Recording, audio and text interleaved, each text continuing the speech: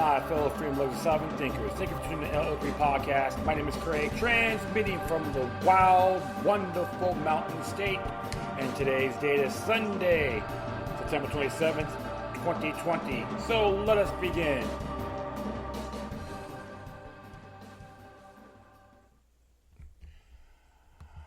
Good day, folks. Yes, I've just been chilling out here. Getting stuff done personally and trying to do much of the episodes I can. But life is good. Obstacles along the way, part of human society as a whole, whether in the mega cities or the rural communities. Nothing new at all. But it makes a little echo in the back. I'm in my little house. So it's pretty nice. I'm very proud of it. So I got to get some furniture and do some tile. So looks like everyone's out and about. Real beautiful Sunday morning out here in West Virginia. I'll be heading back down there soon, South Florida. My other home as well.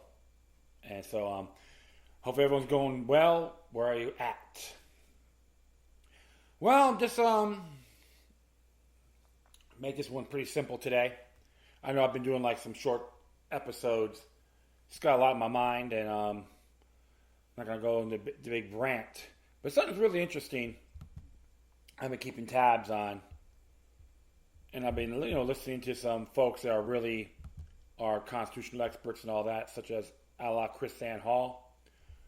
Always give her kudos. Very, very consistent. So go to KrisAnneHall.com. And trust me, you won't be disappointed. It's not a partisan game, a faction game. It's just the truth, how things should be done.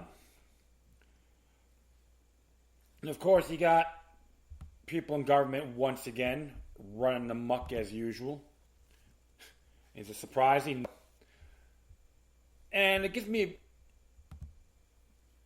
this dawns on me, especially what's happening when they're talking about the Supreme Court. It looks like Donald Trump really wants to pick a nominate. What's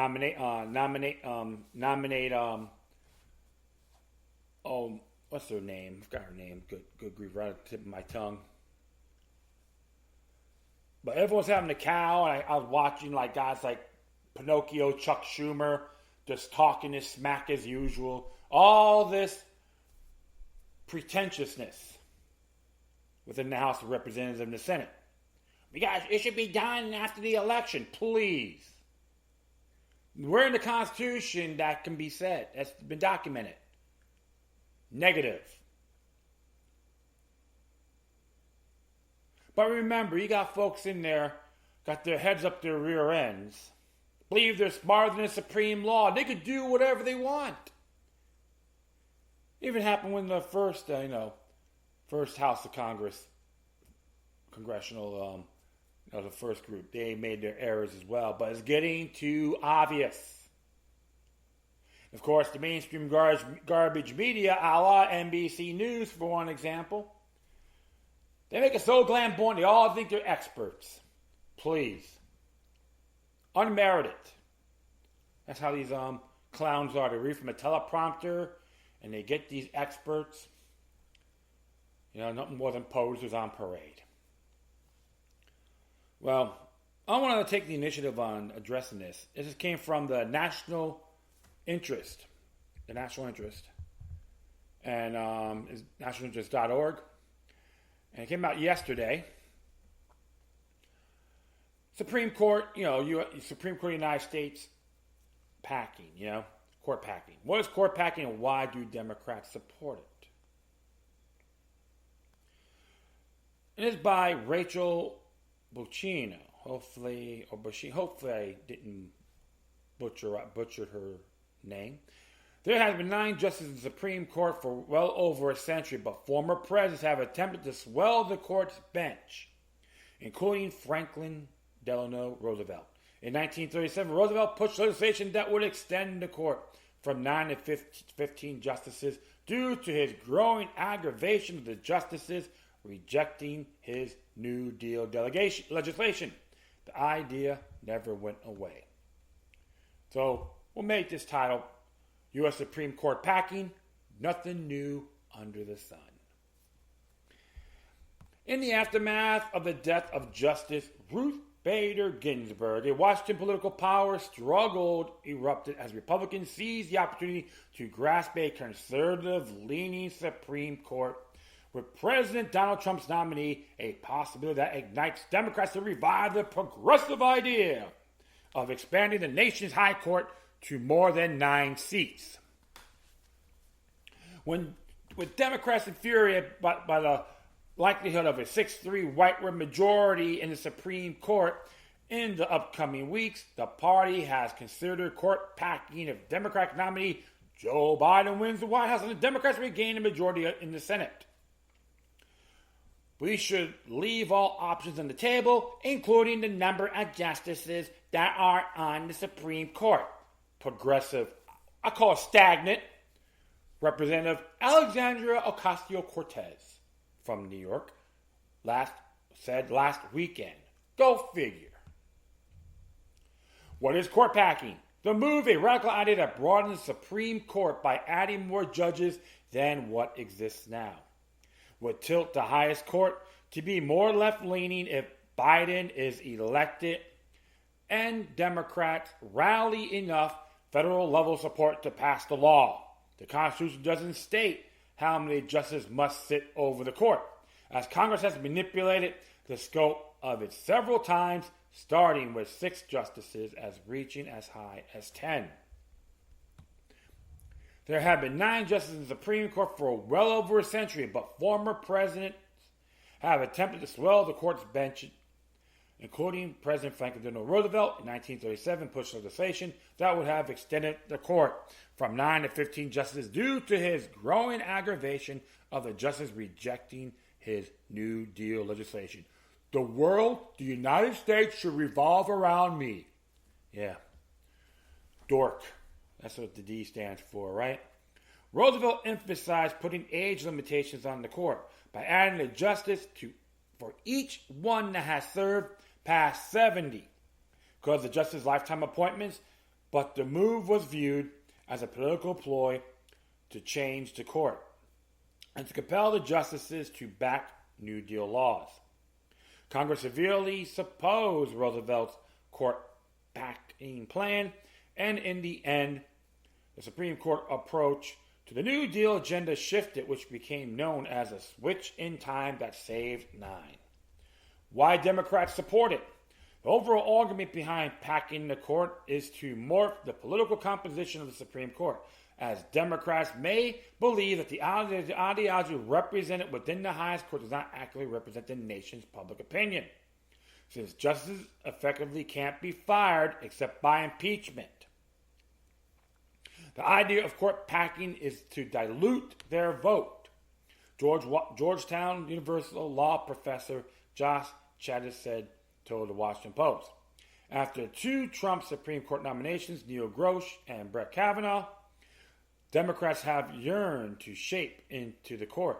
Ginsburg's death revved up these political goals, as comments from congressmen have hinted in favor of packing the court with more liberal justices if there is a double Democratic win in November.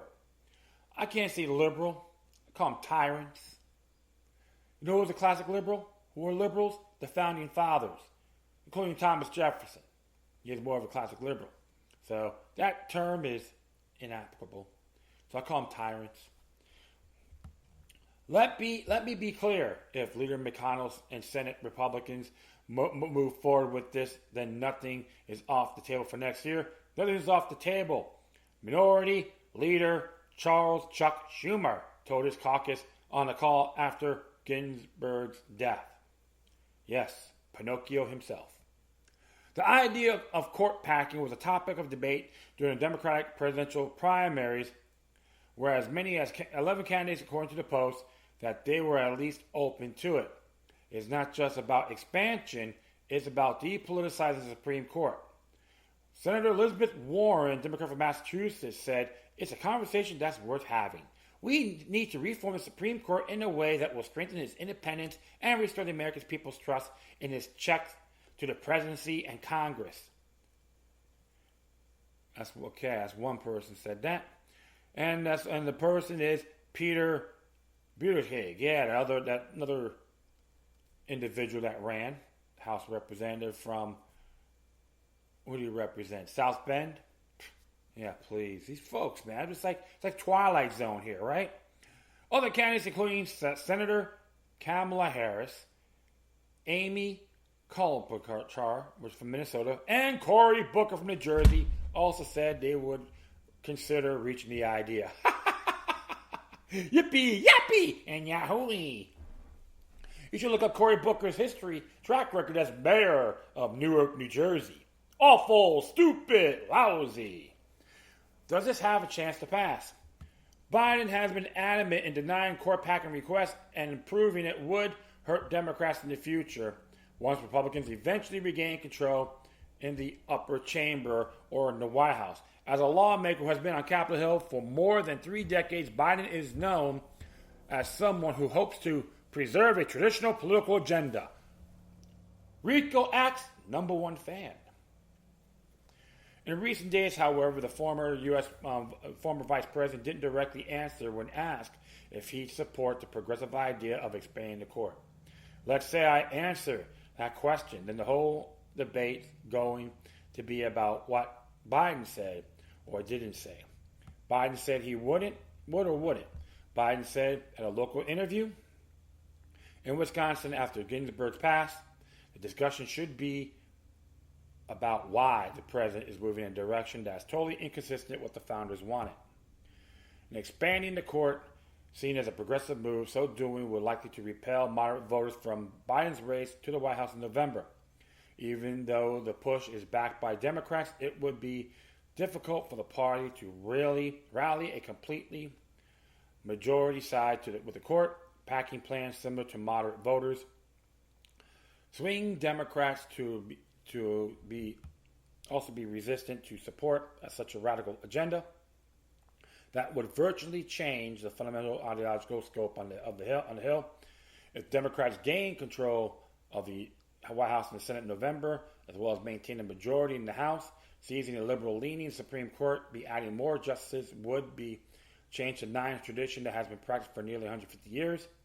Considering the state of the country, battling deadly coronavirus pandemic and economic collapse, court packing wouldn't be the top of Biden's agenda. It's unlikely that America will have a Roosevelt repeat where the president is so frustrated that he tries to expand the court to pass legislation, but if elected in November, Biden could offer a number of surprises. Yes, so what they're trying to do here is a form of judicial supremacy. It's a faction game, folks. And Article 3 is supposed to be like the most least powerful branch. However, what they're trying to do now is make it more powerful for them. And that could burn them too. That's a big risk. And this is why I'm against it. It's a sham, a rhetorical deception. Haven't seen the bill, hasn't come out yet, but I will call these people out. Remember, when government knows best, it turns to chip. Something you folks gotta realize. They already have enough numeric powers as it is. A lot of stuff they're putting in here is void. And that's the truth.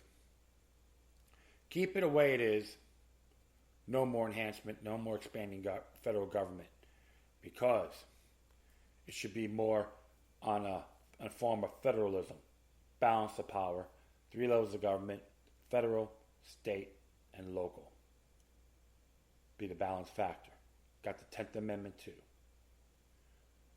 And remember, even if they try to pass this, any president, regardless of party, can nominate whoever the hell they want.